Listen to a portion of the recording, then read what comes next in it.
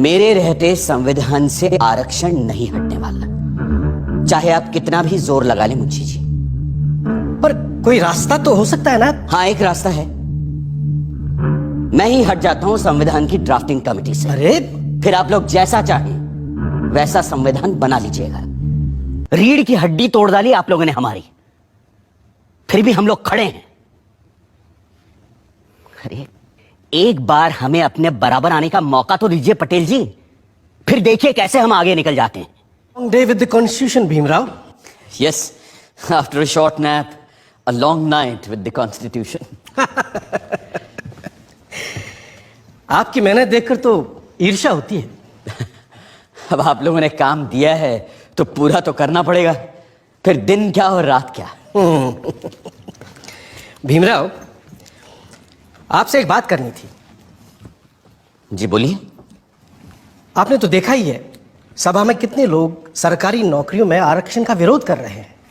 अब अगर schedule caste और शेड्यूल ट्राइब वालों को आरक्षण दिया गया तो आप तो जानते ही हैं, फिर सिख, ईसाई, पारसी, मुसलमान कोई पीछे नहीं रह जाएगा। हाँ, मगर सिख, ईसाई, पारसी, मुसलमान या किसी और का मुकाबला अनुसूचित जनजातियों के साथ नहीं हो सकता। ये सारी जातियां पैसे वाली भी हैं और सोशली सिक्योर्ड भी। ठीक बात है, पर अगर एक बार आरक्षण का दरवाजा खुल गया तो देखिएगा सभी लोग अपना हक मांगेंगे और हिंदुओं के लिए सरकारी नौकरियों में जगह नहीं बचेगी, जबकि संख्या में वो सबसे ज्यादा है। आप चाहते क्या हैं? सिर्फ मैं ही नहीं, सरदार पटेल भी यही चाहते हैं कि हो सके तो संविधान में आरक्षण की बात ही हटा दी जाए। मेरे रहते संविधान से आरक्षण नहीं हटने वाला, चाहे आप कितना भी जोर लगा लें मुंशी जी। पर कोई रास्ता तो हो सकता है ना? हाँ, एक रास्ता है। मैं ही हट जाता हूं संविधान की ड्राफ्टिंग कमेटी से। अरे फिर आप लोग जैसा चाहें वैसा संविधान बना लीजिएगा। सुनिए भीमराव, भीमराव सुनिए तो। उस दिन से डॉक्टर अंबेडकर ने संविधान का मसौदा बनाने का काम बंद कर दिया और ये भी संदेशा भेज दिया कि वो ड्राफ्टिंग कमेटी से ही नहीं, लॉ मिनिस्टर के पद से भी इस्तीफा दे देंगे। ऐसे गुणी, मेहनती और जिम्मेदार इंसान के जाने की आशंका से खलबली मच जाना लाजमी था। अब एक ही रास्ता सामने था और एक ही संकट मोचक।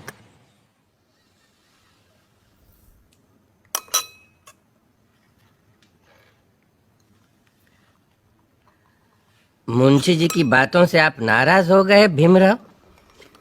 लेकिन वो तो आपकी बात लेकर आए थे मेरे पास, इसीलिए मैंने कहा कि मैं ही ड्राफ्टिंग कमेटी से हट जाता हूं। आप तो जानते हैं कांग्रेस क्या, पूरे भारत में दूसरा और कोई है ही नहीं जो हमारे संविधान को आकार दे सके। खुद बापू भी यही कहा करते थे। लेकिन आप उनकी बात मानते कहां हैं पटेल जी? गांधी जी पिछड़ों को रिजर्वेशन देने की मेरी तजवीज से सहमत थे। पंडित नेहरू ने तो खुद पंडित होते हुए भी यह कहा कि सदियों से हिंदुओं ने निरीह अछूतों और आदिम जातियों को बेबसी, दरिद्रता और अशिक्षा में रखा। फिर अगर हमें उन्हें सबके साथ बराबर लाना है तो हमें उन्हें स्पेशल ट्रीटमेंट देना ही होगा। आपकी बात सही है, पर आप तो जानते हैं कि बड़े पदों पर हम मेरिट के आधार पर ही लोगों को ले पाएंगे। तो फिर क्लर्कों की नौकरी के लिए इतना बड़ा जोखिम उठाना? जोखिम? मुझे तो इसमें कोई खतरा नजर नहीं आता।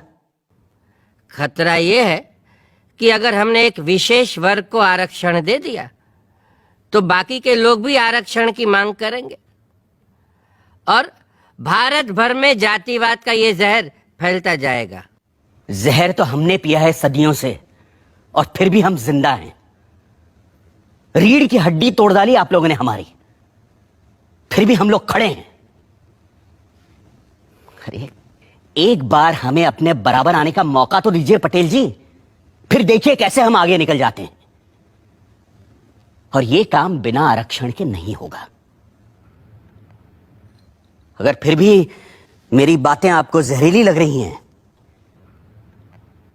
तो मैंने अपना इस्तीफा तैयार रखा है, आप खुद लेते जाइएगा।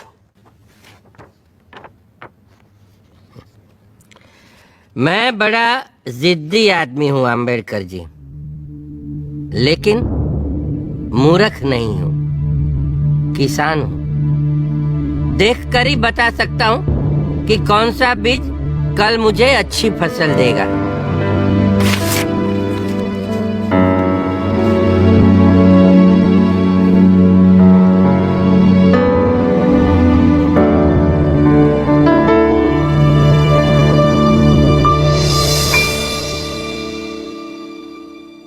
इस तरह डॉक्टर अंबेडकर भी रहे और शेड्यूल्ड कास्ट और शेड्यूल्ड ट्राइब्स के लिए दिए गए रिजर्वेशन